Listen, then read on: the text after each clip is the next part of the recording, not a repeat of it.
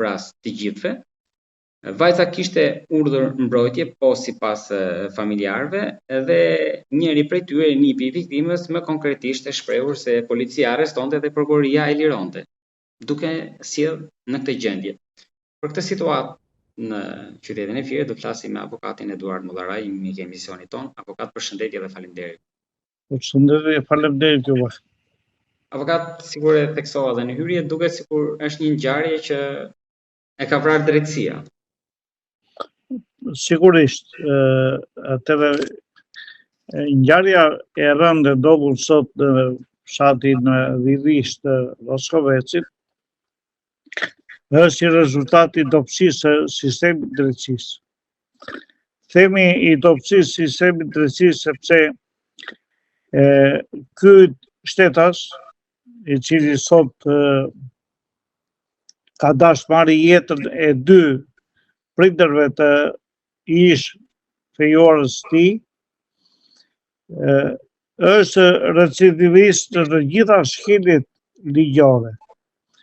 Është recidivist sepse ky para disa kohësh ka marrë peg një shtetas po nga fshati Roskovec. Pra ka qenë i dhunshëm, ka qenë një shtetas i cili nuk e njihte ligjin, nuk donte ta zbatonte atë, dhe duke qenë i përkthjelur arriti deri në pikën fatale sot, ku del në orën 4 mëngjesit nga banesa e tij, së bashku me çiften, me armgjau dhe vret vjejën e tij, të cilën e kishte i gjiton në fshatin e tij.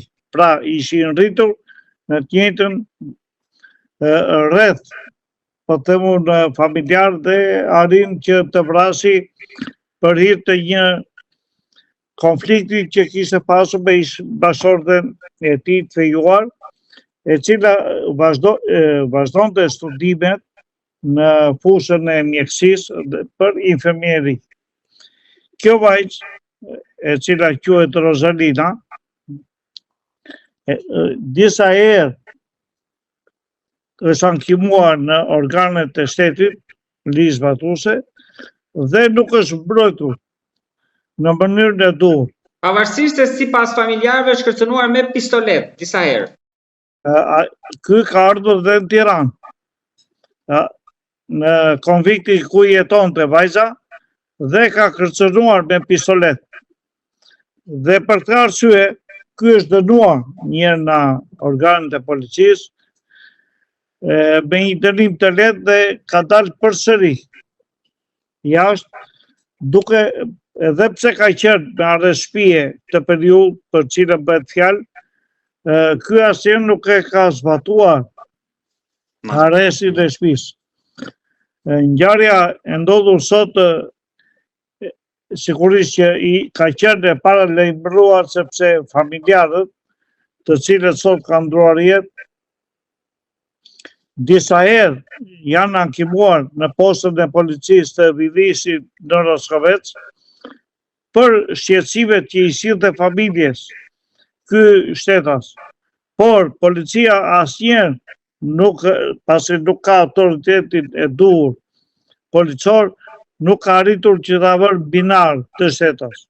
Por e ka lënë gjithmonë të përkëdhelur, e ka lënë jashtë, e ka lënë në mënyrë që ky të bënte çfarë donte, dhe derisa ky arriti që të merrte jetën e dy shtetas, dhe inshallah Zoti i lartë e shpëton ish vjerën Bele dhe Plaku.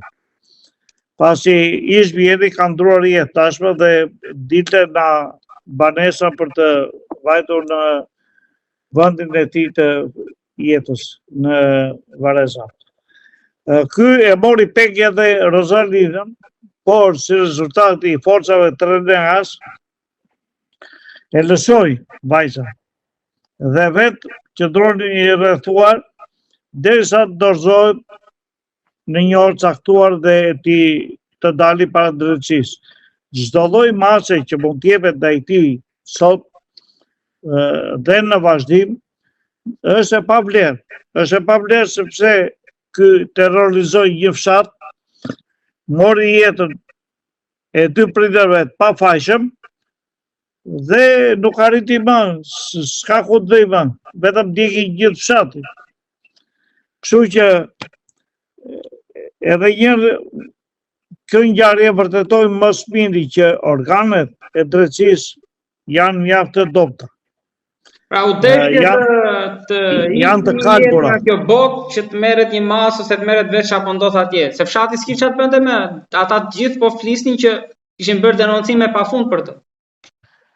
Të thash, ky ishte dhe marrë shtëpia dhe ky asnjëherë nuk e kishte zbatuar rreth shtëpisë. Ky dilte si donte, bënte çfarë donte dhe askush nuk i dilte përpara që ti thoshte, ore, meqense ti ke shkelur arrestin e shtëpisë, duhet të vesh një mas tjetër bashkëtreguese.